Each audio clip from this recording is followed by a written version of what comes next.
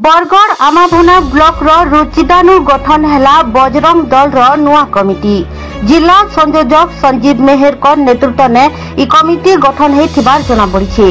बैठक न समकिरर सहमति ने संयोजक भावे डमरू मेहर, सह संयोजक भावे दुष्मंत मेहर, मिलन केंद्र प्रमुख भावे विनय नायक, सुरक्षा प्रमुख भावे रोहित दास, टिकेश्वर मेहर, विद्यार्थी प्रमुख भावे रेशम देहरी, गो सुरक्षा प्रमुख भावे तरुण शाह, बल उपासना प्रमुख भावे शिवा भोई के दायित्व दिया जाइतिबार जना पड़िछे। आसबार दिन के हिंदुत्वर सुरक्षा लगी और हिंदू धर्म रो प्रचार लगी सदा बिल के रेडी रही करी एरिया ने हेउथिबा धर्मांतरीकरण के अटकाबार शपथ नैथिबार जना पड़िछे।